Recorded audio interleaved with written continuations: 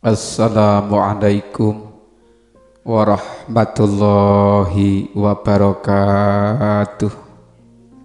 Bismillah, alhamdulillah, assalatu wassalamu ala Muhammad ibn Abdillah. Amma ba'd, faqad qala Allah ta'ala fi kitabihil karim, a'udzu billahi minasyaitonir rajim. Bismillahirrahmanirrahim. Wa ma arsalnaka illa rahmatan lil alamin. Shadaqallahul azim. Pendengar radio Koncon Desa dimanapun berada, alhamdulillah wa syukurillah dipertemukan oleh Allah dalam acara tausiah Tombo Ati kali ini. Saya melanjutkan dari season yang kemarin, Rasul diutus sebagai rahmat bagi alam semesta. Yang sudah saya sampaikan adalah Rasul diutus oleh Allah sebagai rahmat bagi dunia binatang. Kita tidak boleh menganiaya, menyiksa binatang. Kita berbuat baik pada binatang saja nang ngersaning Gusti Allah engko ana piwalese. Tapi sebaliknya, kita aniaya juga nanti akan mendapatkan balasannya. Juga pernah saya sampaikan tentang Rasulullah diutus sebagai rahmat bagi dunia anak-anak. Rasul terkenal sosok yang sangat sayang pada anak-anak, sangat memperhatikan anak-anak, apalagi kalau Rasul itu bertemu dengan anak yatim, sehingga Rasul pernah mengatakan dalam hadisnya, ana wa kafilul yatimi fil jannati hakadha. Besok aku, kata Rasul, bersama orang yang memelihara anak yatim di surga hakadha. Rasul memberikan isyarat. Isyaratnya Rasul apa? Rasul menunjukkan jarinya, yaitu jari telunjuk dan jari tengah. Dari telunjuk itu menunjukkan Rasulullah, sementara yang tengah adalah orang yang memelihara anak yatim. Saya ulang biar nyambung dengan yang kemarin. Rasul diutus sebagai rahmat bagi dunia binatang. Rasul diutus sebagai rahmat bagi dunia anak-anak. Yang berikutnya yang perlu saya sampaikan adalah Rasul diutus itu ternyata juga sebagai rahmat bagi orang-orang kafir. Orang kafir yang jelas berbeda keyakinan dengan kita. Orang kafir yang jelas berbeda agama dengan kita. Tapi Kanjeng Rasul tetap berbuat baik. Dalam kitab Muhammad Insanul Kamil, saya membaca salah satu wujud, salah satu contoh bahwa Rasulullah sebagai rahmat bagi orang-orang kafir. Welas asih Kanjeng Nabi kanggone wong kafir itu antara lain, kalau umat Muhammad yang menentang pada Kanjeng Nabi, umat Kanjeng Nabi nentang, berani menghina, mencaci memaki Rasul, itu siksanya tetap ditangguhkan, tidak diberikan di dunia. Jadi gini, kalau umat-umat terdahulu, misalnya umatnya Nabi Nuh, menentang Nabi Nuh, menghina Nabi Nuh, Allah berikan azab itu nang dunia ya nang akhirat. Nang akhirat jelas lebih dahsyat, lebih berbahaya, tapi di dunia pun wis diparingke. Contohnya ketika Nabi Nuh berdoa, Allah kirim banjir, gunung-gunung sampai tenggelam, bahkan putranya sendiri, Pak, saya mau lari ke gunung yang paling tinggi, tidak mungkin banjir akan sampai sana. Padahal itu putrane Kanjeng Nabi. Pendengar radio Konco Desa yang dirahmati oleh Allah, orang kafir yang menentang, yang berani, yang meremehkan Kanjeng Nabi itu besok tetap diazab. Neng besok maaf nang dunia niki malah ijeh podo-podo. Contoh, wong sing ra tau salat ya nang dunyane jekeki rejeki. Mangsane hari raya Idul Fitri nuwun sewu sing akeh batine sing makmur malah kadang-kadang orang kafir. Ini kan satu contoh. Nang dunyane bebas. Tapi siksa Allah, bendune Gusti Allah, adzabe Gusti Allah, welas asih Kanjeng Rasul diutus nang alam donya itu siksane kanggo wong kafir ditangguhkan. Nang dunyane jeh biasa-biasa saja, hanya besok di akhirat. Lain dengan umat-umat terdahulu. Qarun menentang Nabi Musa,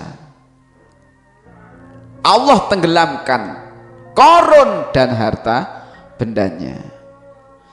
Zaman Nabi Nuh, umatnya yang menentang Rasulullah Nuh alaihissalam dihancurkan dengan banjir. Tapi nek umat Muhammad tidak ditangguhkan. Nang dunyane ora, tapi besok diparingke nang akhirat. Oleh karena itu seharusnya bersyukurlah ada Kanjeng Nabi Muhammad bagi orang-orang kafir. Matunun wong kafir sing do nyuwun sewu meremehkan Kanjeng Nabi, sing mencaci Kanjeng Nabi, bahkan menghina Quran, menghina kerasulan Rasulullah Muhammad SAW. Ada yang mengatakan Kanjeng Nabi adalah playboy, bojone akeh. Ada yang mengatakan Kanjeng Nabi pembohong dan sebagainya. Mereka orang-orang kafir itu siksanya ditangguhkan nang donyane ora dikeki, ning sok diparingke nang akhirat. Di sana di akhirat sok karo Gusti Allah nang konone dikeki. Nek kalau di dunianya ndak, malah banyak mereka yang mendapat keuntungan besar dengan adanya hari raya Idul Fitri, orang kafir.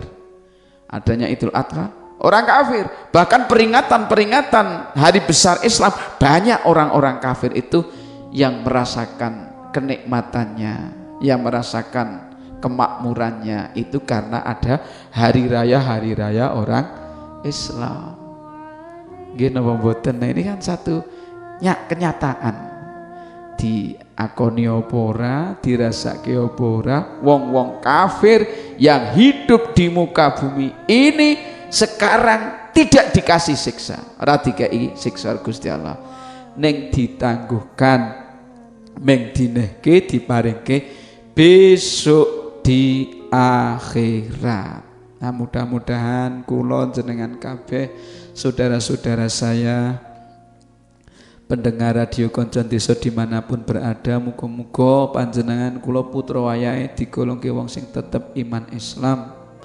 Bahkan diwelenya nyuwun ndedonga bukan hanya sekarang saja neng putra wayah kula, ya Allah Gusti, anak keturunan saya ya Allah Gusti, ngantek tekan dina kiamat nyuwun padha iman Islam kabeh. Nang donya uripe rekoso sauntara, dunia hanya panggung sandiwara saja. Hidup kita hanya 1,5 jam saja misalnya di dunia ini dibanding kehidupan kita di akhirat. Mila monggo putra wah didongake, ditangisi, disuwunke nang Gusti Allah, diriyadhoi, ditirakati mendha mulya donya mulya akhirat. Aja nganti do mlebu dadi wong-wong sing kafir. Nang donyane penak, apa-apa kecukupan, tapi kok kafir. Na'udzubillah min dzalik. Besok mulai alam barzah bablas sampai alam akhirat, orang-orang yang rugi, orang-orang yang celaka. Na'udzubillah min dzalik. orang yang mencari agama selain Islam, seluruh amalnya kabeh ngamali tertolak, nang akhirat digolongkan wong-wong sing padha rugi. Pol-pole nang donya di alam menungso, wah cukup, omahe apik, kendaraane apik, usahanya lancar, wonge yo apian. Ning satu ndak beriman, naudzubillah min dzalik, tetep besok dadi wong sing rugi. Naudzubillah, tsumma naudzubillah.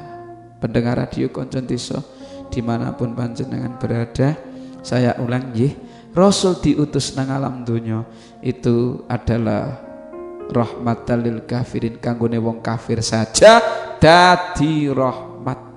Siksa tidak diberikan di dunia, tapi diberikan oleh Allah di akhirat.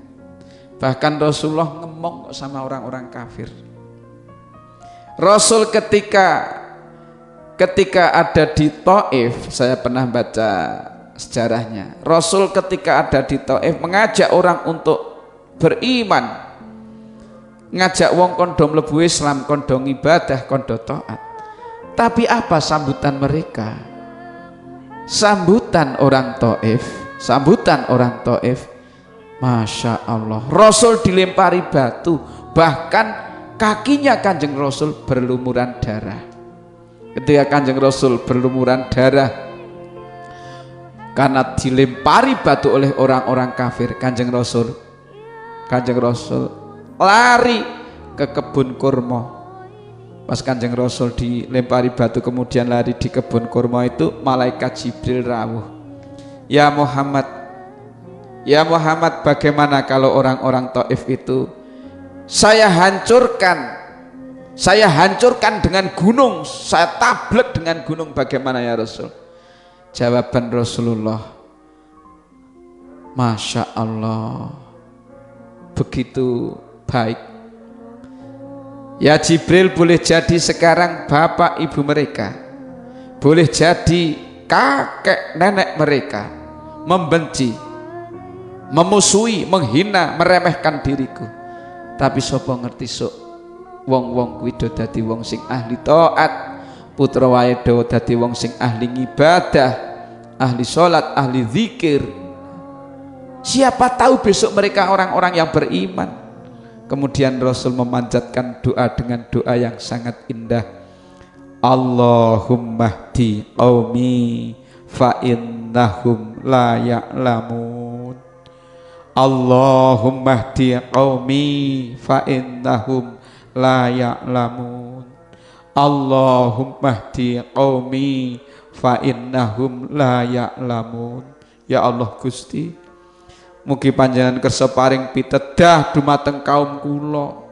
Fa innahum la ya'lamun, sayektosipun kaum kula menika panci dereng mangertos. Ya Allah, ya Allah Gusti, tunjukkan kepada kaumku karena sesungguhnya mereka belum mengetahui. Ya Allah, ini doa Rasul.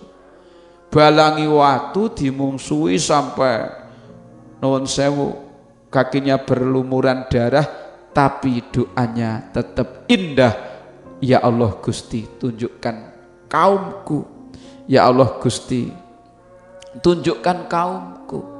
Ya Allah Gusti, tunjukkan mereka, karena sesungguhnya mereka memang belum mengetahui. Nah ini kan bagi kita, mohon maaf bagi kita, panjenengan saya itu untuk ndonga seperti ini kangelane pol-polan. Mosok balangi waktu dibenci, dicaci, dimaki, kok nyuwun nang Gusti Allah. Ya Allah Gusti, ya Allah Gusti, panjenengan kersa paring pitedah dumateng kaum kula. Sayektosipun kaum kula menika panci dereng mangertos. Ya Allah Gusti. Pendengar radio Konco Desa dimanapun berada, ini doa Kanjeng Nabi. Ini bisa kita gunakan dalam hidup kita.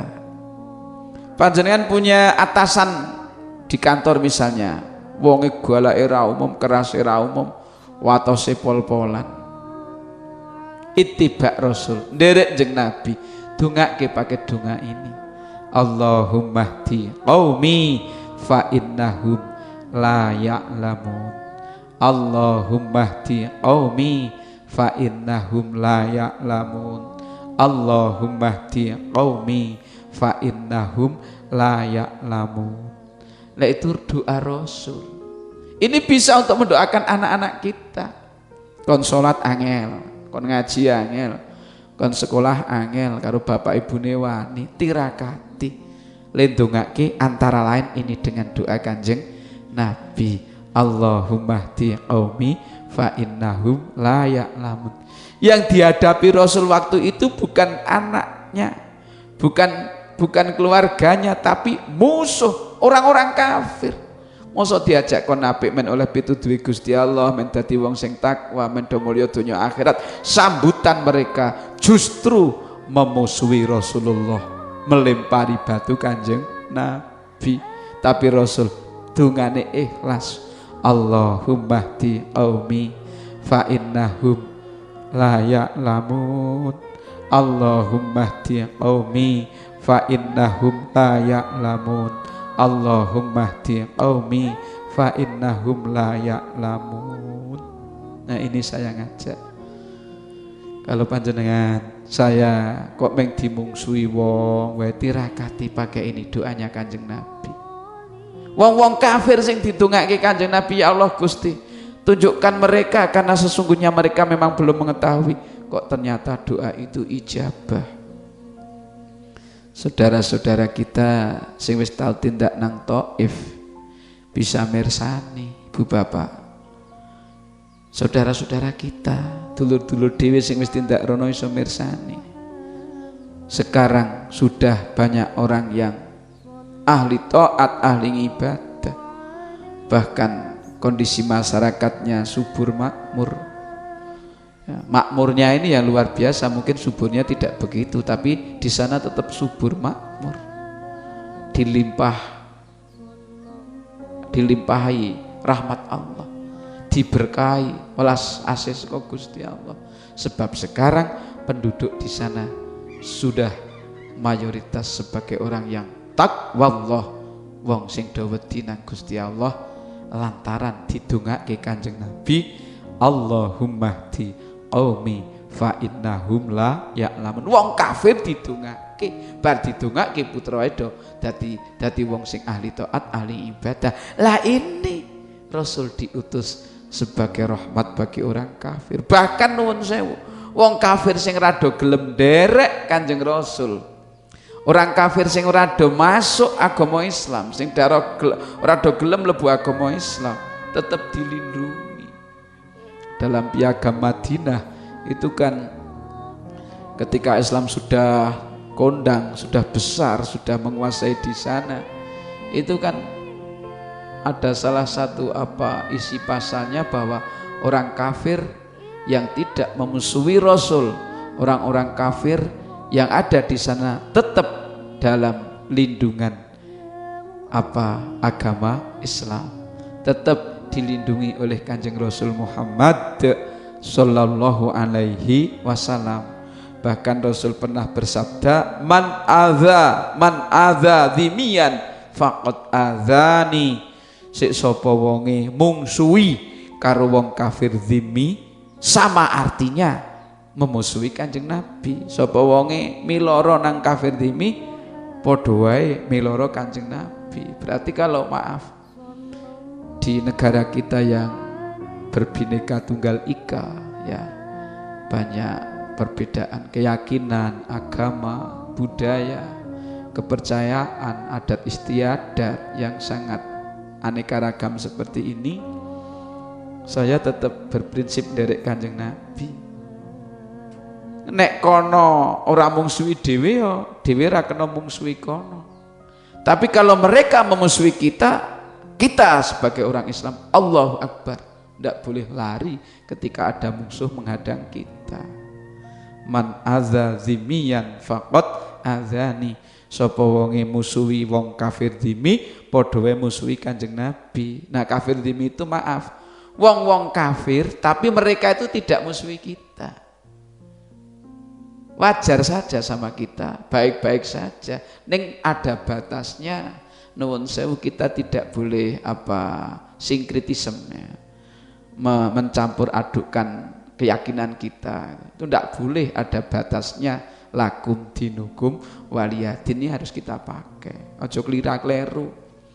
Mosok memperingati Idul Fitri kok sawalan bersama dengan orang-orang non Islam, sak ruangan bersama, sing siji memperingati misalnya Idul Fitri, sing siji Natalan bareng-bareng nang kono, ya jangan dipisahkan dong, jangan dicampur aduk, ada batasnya.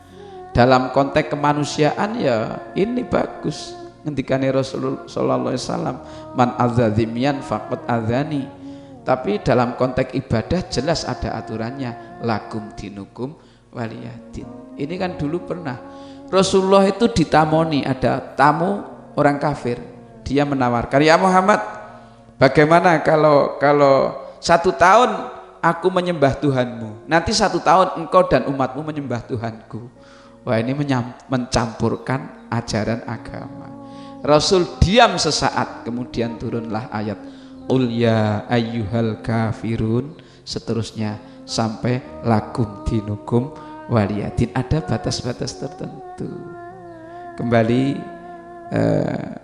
sahabat pendengar Koncontiso yang dirahmati Allah, yang berada di mana saja, Rasul diutus itu kanggo wong kafir saja dadi rahmat, welas asih. Maka sejak awal saya sampaikan jelas Rasul diutus itu rahmatan lil alamin. Nggo cah cilik-cilik welas asih, nggo wong tuwa-tuwa welas asih. Ya, terus kanggo binatang juga welas asih. Terus Kanjeng Nabi kanggo wong kafir welas asih. Terus ada lagi masih banyak sekali, tapi memang karena waktu saya batasi. Yang berikutnya adalah rahmatuhu sallallahu alaihi wasallam ala nisa, bagi dunia perempuan atau bagi kaum Hawa, kanggone wong wadon kuwi Kanjeng Nabi diutus juga welas asih. Mungkin jenengan berpikir mikir sithik, lah contohnya apa? Rasulullah sallallahu alaihi wasallam, sahabat Koncontiso dimanapun panjenengan berada, Rasulullah sallallahu alaihi wasallam itu sampai bersabda yang intinya itu gini, perempuan itu sebagai tiang, atau bahasa kita yang mudah kita dijaga, an-nisa'u imadul bilad. Perempuan wong wadon kuwi dadi jagai negara. Kalau perempuannya baik maka negaranya akan menjadi baik, tapi kalau perempuannya jelek negara juga akan menjadi jelek. Nah ini kan hebat sekali. Padahal saat itu maaf perempuan di masa Rasul diutus itu sangat dihinakan. Wong wadon seolah-olah ndak punya kedudukan seperti apa-apa. Wis ora kanggo gawe. Apalagi waktu itu perempuan sedang haid atau sedang menstruasi. Nuwun sewu disia-siaake. Disimpan di tempat yang paling belakang. Kalau di tempat kita nang gudang men ra ketok sapa-sapa. Masih dipukuli, masih dihajar, tidak diberi makan, tidak diberi minum. Itu di masa Rasulullah. Orang-orang jahiliyah melakukan perempuan seperti itu. Ning Kanjeng Nabi rawuh nang alam donya iki dadi welas asih kanggone wong wadon, sampai ngendika wong wadon ki cagake donya, cagake negara. Nek wong wadon apik, kemudian negaranya akan menjadi baik. Sampai sejauh itu. Nah, saya contohkan tadi, kalau ada perempuan sedang haid, dihajar, dipukuli, disiksa oleh suaminya. Nanti kalau sudah berhenti haidnya baru dipakai lagi. Kok sungguh hina. Islam datang tidak seperti itu. Dengan suaminya orang yang sedang haid baik-baik saja, kecuali yang diharamkan oleh fikih, oleh syariat, Tuhan sudah jelas, neng tetap dimuliakan. Bahkan Kanjeng Rasul pernah ngendika, kalau tidak salah saya baca dalam kitab Akhlakun Nisa, wong wadon sing gek haid itu dalam haidnya setiap tetesan darah itu jadi ampunan dosa. Kalau orang perempuan yang sedang haid itu pas haid kemudian dongo alhamdulillahirabbil alamin atau astagfirullahaladzim ke alhamdulillah karena sudah keluar kotorannya, darah-darah yang jelek penyakitnya keluar, alhamdulillah, alhamdulillah. Kemudian perbanyaklah istighfar, maka perempuan yang seperti ini diberi pahala seperti apa? Orang yang mati syahid 40. Alhamdulillah. Itu kan Rasul begitu mengangkat derajat kaum Hawa, wong wedok sing dicaci maki, sing dihinakan, sing kita ora ana regane, tapi oleh Islam diangkat dalam batas-batas tertentu. Nuwun sewu, Rasul diutus, saya ulang, sebagai rahmat bagi orang kafir. Rasul diutus sebagai rahmat bagi kaum perempuan, wong wadon-wadon diangkat derajate, wong wedok-wedok dimuliakan dengan kehadiran Kanjeng Rasul Muhammad sallallahu alaihi wasallam. Dengar konco desa yang dirahmati Allah, demikian sebagai kelanjutan tema kami di waktu yang lain. Mudah-mudahan sedikit informasi dalam acara Tausiah Tombo Ati ini membuka hati kita untuk mudah-mudahan bisa semakin mendekatkan diri kepada Allah. Kita akan lebih arif, kita akan lebih bijaksana dengan siapapun. Muga-muga kita menjadi welas asih ning dinti wong, disenengi wong, dicocoki wong, karena perilaku kita yang insya Allah podo gelem derek tindak lampahipun Kanjeng Rasul Muhammad sallallahu alaihi wasallam. Tutur kata yang tidak berkenan mohon maaf. Kebenaran hanya milik Allah. Kesalahan karena kebodohan saya semua mohon dimaafkan. Hadanallah wa iyyakum ajma'in. Wassalamualaikum warahmatullahi wabarakatuh.